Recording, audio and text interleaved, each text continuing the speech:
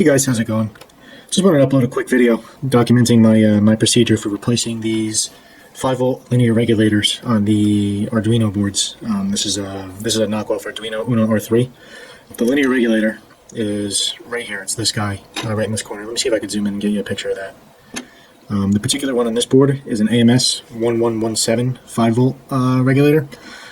Basically what happened is I accidentally shorted the 5-volt directly to the ground line and sent basically infinite current through that regulator until it went bad. Now this isn't the first time I did this. The first one that I fried actually stopped outputting 5 volts. That one was pretty noticeable. Let a lot of smoke out, and 5 volts was completely off the board. The Arduino would not work when you plugged it into the DC barrel jack here. But it did work when you plugged it into the USB port. This particular Uno, I fried it, but I stopped it in time. Although it is bad, I do have to replace it. You can notice it looks like there's a couple wet spots on top of this regulator. Let's see if I can get you to focus. Yeah, there's a couple spots on this regulator here that kind of make it look like it's wet.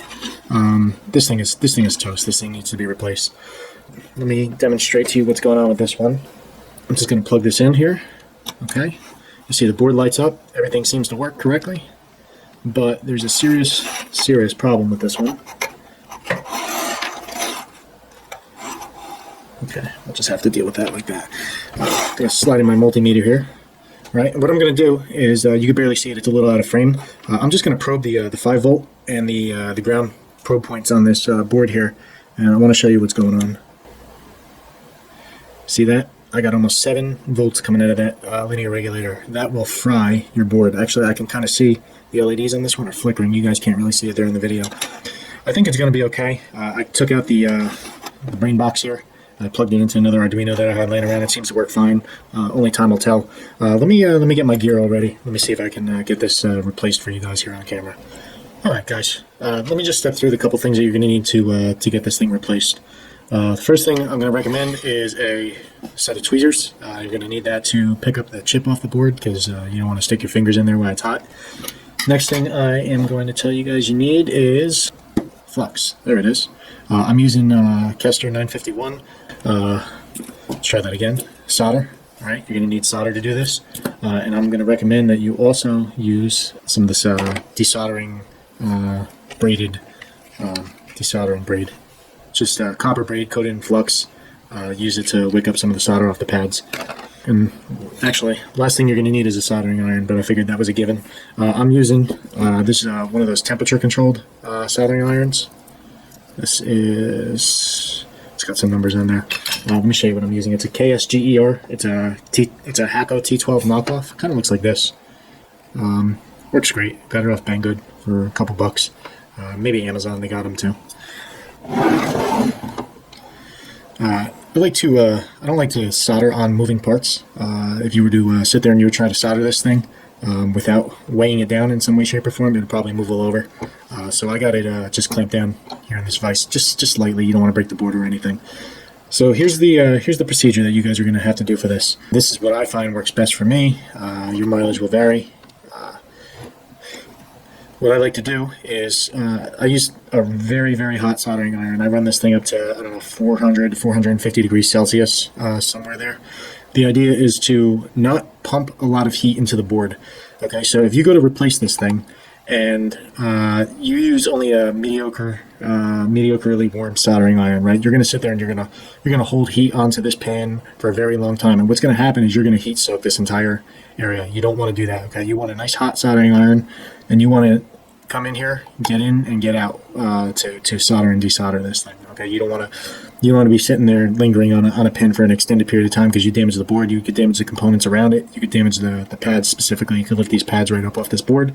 And once you get to that point, you definitely don't want to be there. Okay, so nice hot soldering iron. What you need to do is before you even try and remove this chip, what you need to do is you need to sit there and you need to add solder to every single one of these pins. That might sound a little counterintuitive to you, but the idea is that you get the solder in there, and that will help the conductivity, the heat transfer between the soldering iron and the solder that's underneath this pin. It'll help get the heat there so you can get this thing off the board. Let me get my gear ready, and I'll record me removing this chip for you guys. Alrighty, I got my iron heated up and I'm ready to get to work. Alright, so as I mentioned earlier, the first thing that I'm going to do is I'm just going to add solder to these pins here, and that's just going to help the thermal conductivity to get the thing off of there. Alright, so the first thing you may want to do, maybe just add a little ball of solder to the tip of your iron. Let me see if I can get this in frame here. Okay, add a little solder to it. Okay. You guys should really have a fan too. I don't have one because I'm recording audio here. I should probably get one of those set up. But you don't want to be breathing in the flux coming off of this stuff. All right, so what I'm going to do is I'm just going to add some solder to the pins.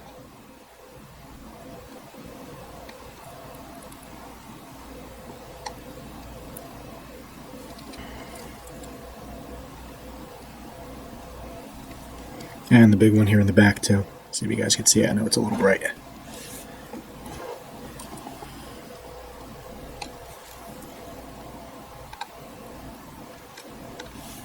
So it's a little more difficult. This is the one that you're going to need a lot more heat for because it's very well heat sinked. It'll suck that heat right away from where you're trying to put solder, and you won't melt anything. It doesn't help that I'm working in reverse here. So okay, let's try adding a little solder to the tip of the iron. Get the part hot.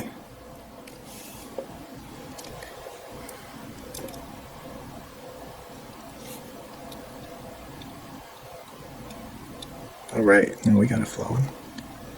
Okay. Alright, so she's all soldered up.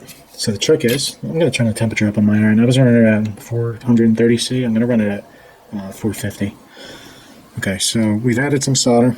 And now I'm just going to grab my tweezers. And I am going to grab this thing with my tweezers. So you don't really want to pull up hard on this thing. It'll come off when it's ready to come off. So all you want to do is just want to keep going around the pads over and over again quickly with a very hot iron and get them to the point where they're all kind of liquid at the same point. You may want to linger just a little bit on each pad. Let's see if I can give you guys a better shot. I don't think so. Let me spin this around here. Where are you? Okay, there you are. You may want to linger just a little bit on the pads in between. Well, let's see how it goes. All right.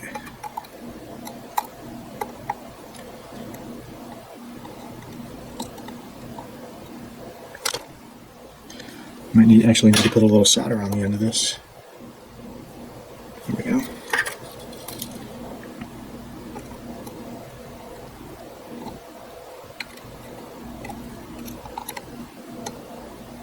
You know what, I may start with this big one, and then I may jump around between them.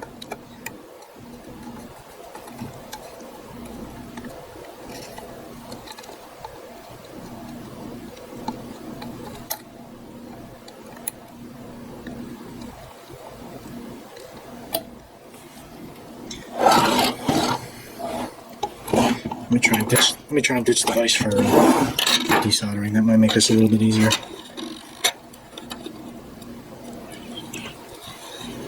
Make sure I got you in frame.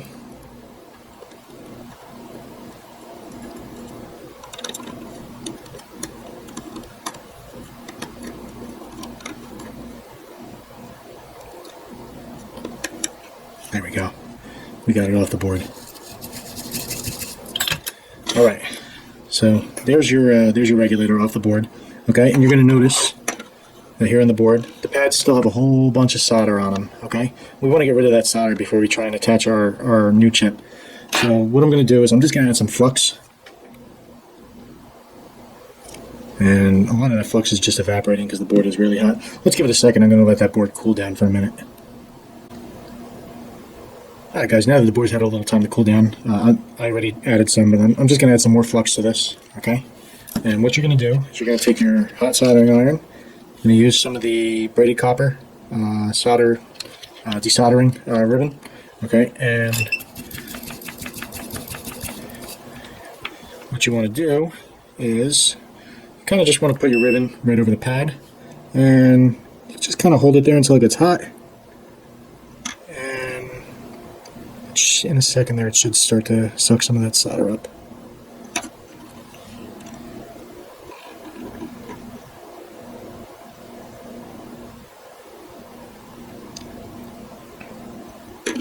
Yeah, maybe the flux wasn't necessary. It kind of is dissipated already. I think we're getting this a little too hot. I'm gonna give that a second. All right, I got the vise set up again. I'm gonna give it another go. Let's see if I can get you here in frame. I don't think I can get you any more zoom there. Let me zoom you out a little bit. Okay. All right. So where we left off, we had 3 pads we needed to remove the solder from. I grab my iron here. Let me get it nice and toasty. I also turned the heat up on my iron a little bit. I turned it up to 470. We'll see if that does any better. All right. Put a little solder on the end of my iron. We'll see if that helps us get more conductivity to pick this up here.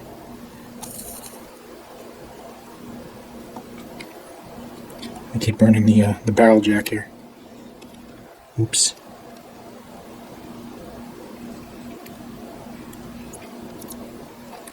All right, there we go. Oh, that's not looking good. All right, this iron's still piping hot. Let's give this another try here.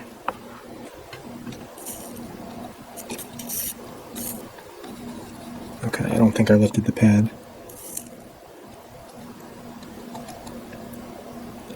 There we go, now we got some flow. I think I just needed to apply a little more pressure. Alright, that pad is mostly clean. Alright.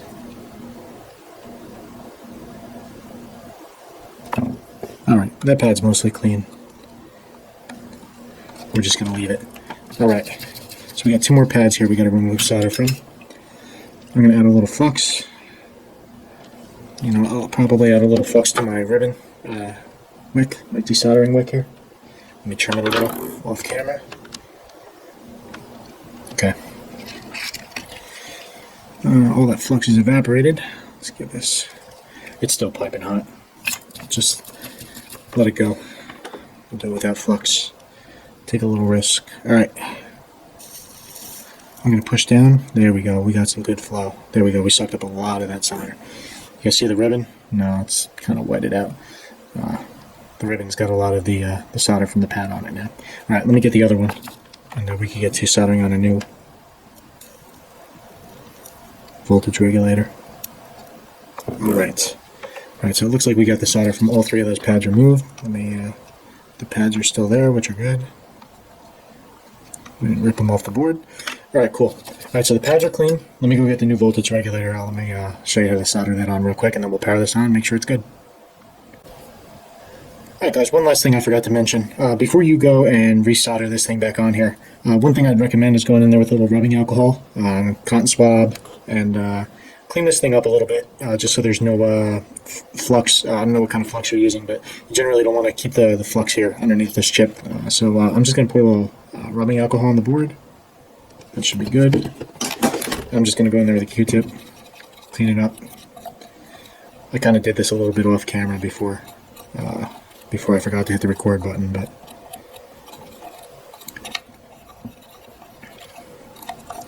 okay. When I'm done, I'm probably going to go in there with some rubbing alcohol and an old toothbrush and just scrub the board a little bit. Make sure I get all the flux off there, make sure it looks good, doesn't look like crap. Alright. Alright, so while that is drying, I'm going to move this out of the way here. I'm just going to show you. I got the new voltage regulator down here. I did verify that it was a 5 volt AMS1117.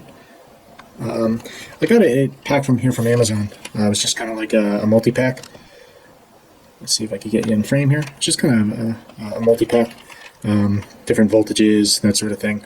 It was cheap enough, so I figured, you know, I'll have it for other projects. Alright, let's slide this board back in here. Alright, and the first thing I'm going to do is I am going to add some solder to this big pad. It's still a little wet. Hopefully this doesn't flash up on us. You know, I'm going to give that another minute. Alright guys, most of that rubbing alcohol is dried up. So the first thing I'm going to do is, I already added a little, but I'll do it here on camera for you guys. I'm going to add some solder to this big pad. I did turn up my temperature a little bit. I'm running around, I don't know, around 420 degrees Celsius. And I'm just going to add a little solder to this pad. I think that's going to make getting this chip on there a lot easier. Let me see if I can grab the chip. Oh, that's the old one. There it is. There's the new one. Okay. Alright, so the first thing I'm going to do is I think I'm going to put this up here on the board, like so. And I'm just going to apply some, maybe I'll add a little flux. And I'm going to apply some downward pressure. Yeah, so much for me cleaning that before. I'm going to apply a little downward pressure and heat up that solder on the edge of the pad there, see if I can get that to melt. And suck that chip down there. So, make sure our pins are aligned. The other pads. Yeah, they seem to be close enough.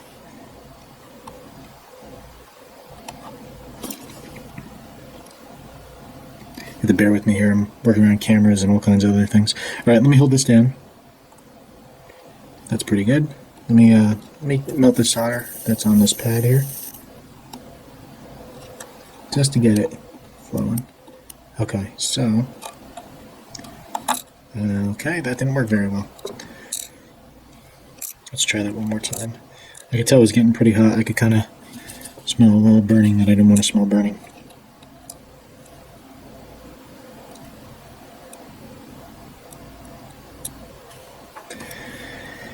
Alright, let's try this again. Let me bring up the temperature a little bit. Let's try 440C. Wait for the beep. There it is. Try and get this thing aligned on our pads. Alright, you know what? Let me apply a little solder to the tip of my iron. That'll probably speed things along.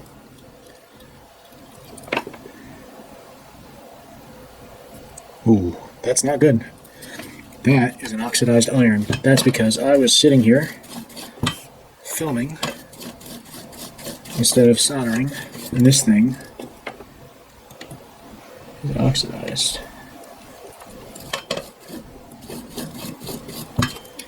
Alright, let's try this again. I think there's still a little tin on the tip of this iron. Okay, we got it hot. Sorry about that, guys. I got interrupted while I was trying to get that soldered. I think where I left off was I was soldering the big end of this chip here, and I think I realized that I oxidized the tip of my soldering iron. Pro tip, soldering irons don't work when they're oxidized. You guys will figure that out, I'm sure. Alright, let me heat the iron up again. I brought the temperature down to about 400 Celsius for this part. So you don't have to do this, this is not necessary, but I'm going to do it anyway. I'm just going to add a little flux. I am going to add a little solder to the tip of my iron. Okay, and just apply some heat to the pin, feed some solder in. Easier said than done when there's a camera in the way. There we go. Let's give it a little more, just for good measure.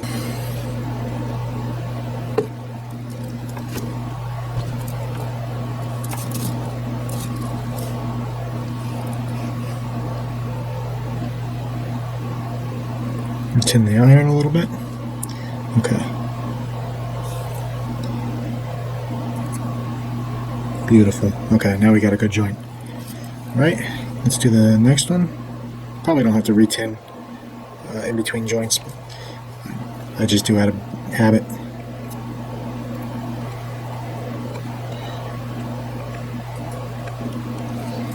Let's see. Let me re-tin. Let me add a little flux.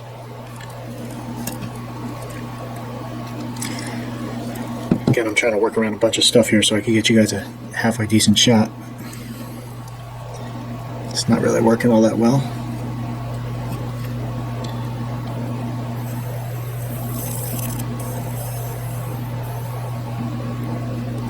Okay, looks like we got a solid joint.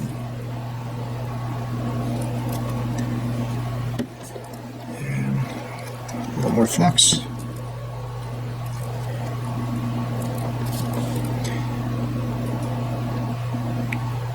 Add a little tin to my iron. Right.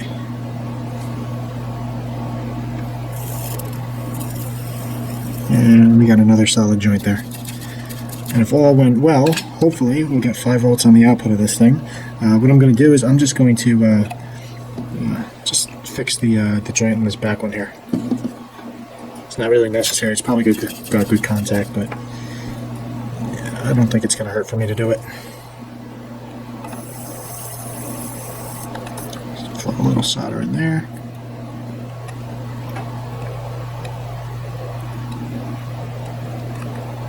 Get that nice and wet. Beautiful. Okay. Alright. Shut off the soldering iron here. And for the moment of truth, let's get our vise out of the way.